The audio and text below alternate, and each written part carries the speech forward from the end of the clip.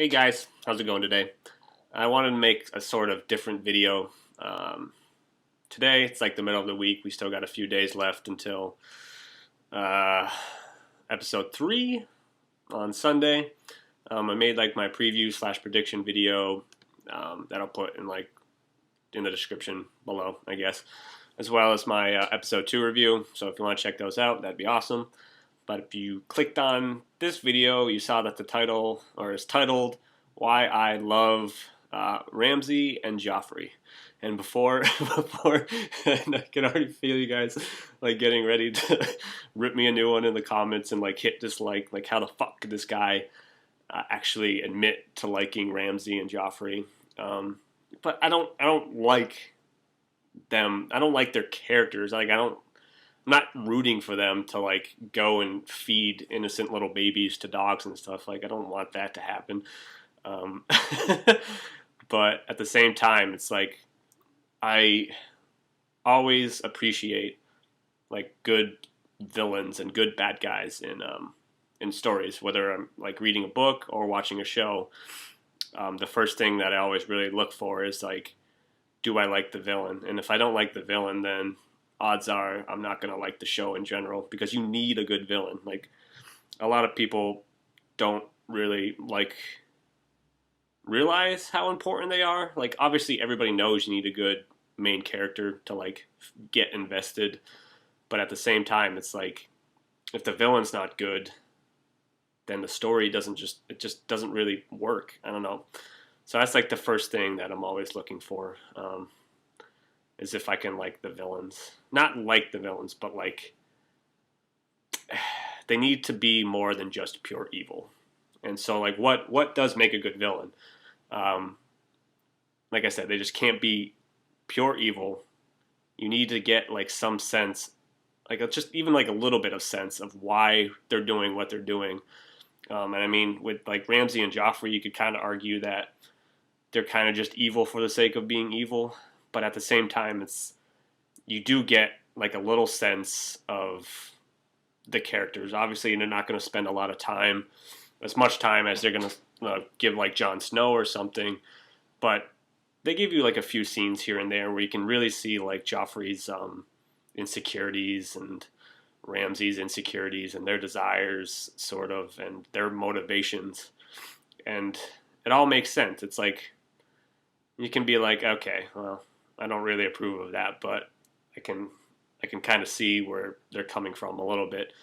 Joffrey being a little kid thrust into this huge role that he's way unprepared for, and Ramsay constantly getting shit on by his father about being the bastard, and which he had no control over. It's not like he chose to be born a bastard, and just constantly getting shit on. And so like, you do get like little glimpses into, why they might be doing what they're doing. Doesn't make what they're doing right by any means. Like, don't like, what Ramsay did in episode 2 is clearly not okay. Like, I'm not okay with that at all. And last season when he did the Sansa and all that stuff, like, fuck no. Like, no, I want to see him die just as much as anybody else does. And that's my point in a way. It's like, that's what I wanted to talk about. It's like, you don't really realize how invested you are in the bad guys. Like, you are probably as invested in Ramsay's character development as you are, or like what happens to Ramsay as a character, as you are in Jon Snow. Like, you want to see what happens to Jon Snow, and you may not realize it or want to admit it, like, you want to see what happens to Ramsay. You want Ramsay to die. Like, clearly you want two different things for each different character, but at the same time, you are invested in Ramsay. Like, you want to see Ramsay die in the most horrific way, just like you want to see Jon Snow succeed in the most heroic and glorious of ways. And the funny thing is, like, for this show in particular, when I show it to like my friends that haven't seen it ever before, like, they're very few. There's a few that refuse to watch it that I want to get them to watch it, but they don't. But the ones that are willing to actually like sit down and watch the show with me, it's always funny because I like seeing what they attach to first. And I think everybody can admit it, unless you read the books, like, everybody can admit that the first episode of season 1, the very first episode of Game of Thrones, it can be very, very, very, very hard to like grasp what is happening and like wrap your head around this huge fucking world. And a lot of times, like, I'll tell them when I sit down to watch it with them, I'm like, you have to watch 2 episodes with me. You can't just watch the first episode. We need to watch 2. Because if we just watch the first one, a lot of these people just would not want to get into it at all. And it helps that I'm there, that I can kind of like, you know, relate and like translate some of what's happening to them. And they'll stop it sometimes and ask what this means or what's happening right now and what are all these names and stuff. But I make them watch 2 episodes. And it's because what I've noticed that happens every single one of them, I can tell right away, like right when they get attached, the very first thing that gets them is Joffrey. It's always fucking Joffrey. Because it's like there's all these characters are so deep. There's so much to them. So like the first episode, they're very overwhelmed. They don't know what's happening. And then we watch the second episode, episode 2, where Joffrey, you know, pretty much leads to Ned having to kill Lady, Sansa's direwolf. And like you really see how much of a shithead this kid really is. And that's always the first thing that gets people. Like their hate for Joffrey. Before they love, you know, Ned Stark, before they love Jon Snow, before they're like invested in the world that's going on around them and they really care for all the good guys. No, they don't do any of that. The first thing that always gets them in is their hate for Joffrey. And that lasts up until his death. Like that goes on all the way up until Joffrey dies, and then the mantle of most shittiest person in all the 7 kingdoms is handed off to Ramsay when that happens. And then it continues like that.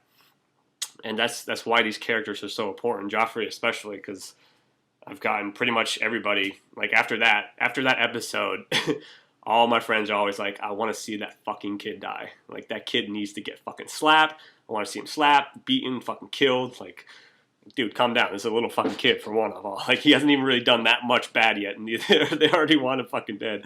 But that's just how important he is. Like, for me, getting my friends into it, like, Joffrey is by far the most, you know, the first thing that grabs them the most. And that's what a bad guy needs to be. Like, you need to be invested in not just like the good guys, but the bad guys.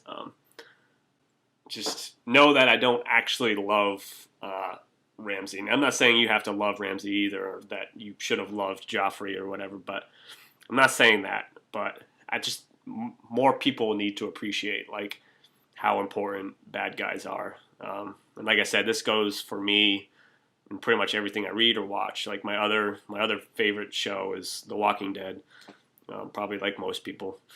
But which I might make videos for at some point on here. I'm kind of late to the game, just like I am with this, but whatever. I might make something at some point. But with The Walking Dead, not so much in the comic books, but in the show, by far one of my top 3 favorite characters is the Governor. The Governor was such a good bad guy. Like, you love to hate him. He was just so complex. Like, maybe not in the beginning, but, you know, later on in season 4, when he gets his own little backstory and you see him broken and you see him try to be a good guy, like try so hard to be a better guy, but he just can't do it, and he snaps again, and it's just, me personally, I can't help but love that character. It's like his short little storyline, even just particularly season 4, that's short storyline right there, is more character development than most of the good guys have gotten. It's like you got to see this character develop more than, you know, so many other people. Maybe not by now. By now we've seen a lot of characters break and come back and break and come back. But at that particular time, it's like the Governor. God damn it, man. Sorry. I don't know. Every time he came on, he was like all my favorite scenes and stuff like that. In the comic book, though, that's the thing. Like in the comic book, though, it was the exact opposite. I felt nothing for the Governor in the comic book. I didn't like him. I didn't hate him. Like, yeah, I hated that like he did certain things to characters, but in the comic book, you never really got any understanding of why he's doing what he's doing. He just comes in, does terrible shit to Rick, does terrible shit to everybody else. But it's never, like, you never have any expositional dialogue really explaining, like, why he's like the way he is, and it's so boring. And I didn't care about the governor at all. It's like that's the worst thing that you can have happen is like you not feeling anything for a character. You either want to love them, you want the audience to love them, or you want them to hate them. And I didn't feel shit for the governor in the comic book, and I'm so happy that they went with David Morrissey in The Walking Dead to like bring new life to the governor, who ended up, like I said, becoming one of my favorite characters. And that's the thing for the Game of Thrones TV series too. It's like the actors themselves are really good actors. I don't know, I forget the name for Ramsay's actor, but I've seen him in other things, and I really loved him. And he plays a really good sadistic fuck. Like there's parts where he's kind of funny and like you don't want to laugh, but it's just fucking sadistically so insane, and like you just can't help but chuckle sometimes. And then Joffrey was, what is this? Jack Gleason, I think was his name.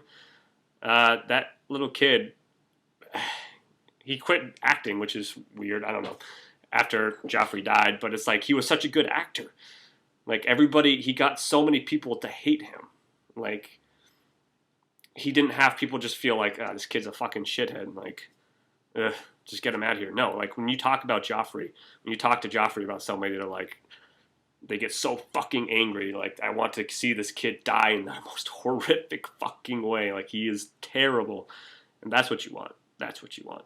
Wanted to put it out there that I think more people really need to appreciate good villains and stories, and realize like how important they are to move the story forward. They help main characters grow. They help main characters learn, and it's just super important. And more people should realize that. I was sad. I was actually sad when Joffrey died. I was cheering. I was right there cheering with everybody else. Like, I was super happy. I was super happy to finally see it happen on the TV screen. Because he's a little shit. But at the same time, like, I was super happy, and the episode ended, and I'm like, I thought about it for a little bit, and I'm like, I'm never gonna get to see another one of those fucking like insane scenes with Joffrey that like that just blow you away. Like, how this kid is such a fucked up little fucking brat. Like, I'm never gonna have another one of those scenes, and it's kind of sad at the same time. So I was happy, and then sad, and then happy, and then Ramsay came along, and we're right back there again. So I don't know. I'm just curious as well as if it's like, what are your guys' favorite villain? It doesn't have to be Game of Thrones related. It can be any sort of media story-wise. Like, what are your favorite villains in anything, really? TV, video games, books, comics, anything like that. Just what are your favorite villains? What are the villains that like drew you in the same way that like the governor in The Walking Dead drew me in? That like, you hate them, but you love them at the same time. Like, you love them so much. So I'm just curious what you guys have to say. I might make another video in a couple days. I'm not sure about what, but at the very least, I'll be doing my first impressions right after episode 3. So if I don't make one, then I'll see you guys then, hopefully. All right.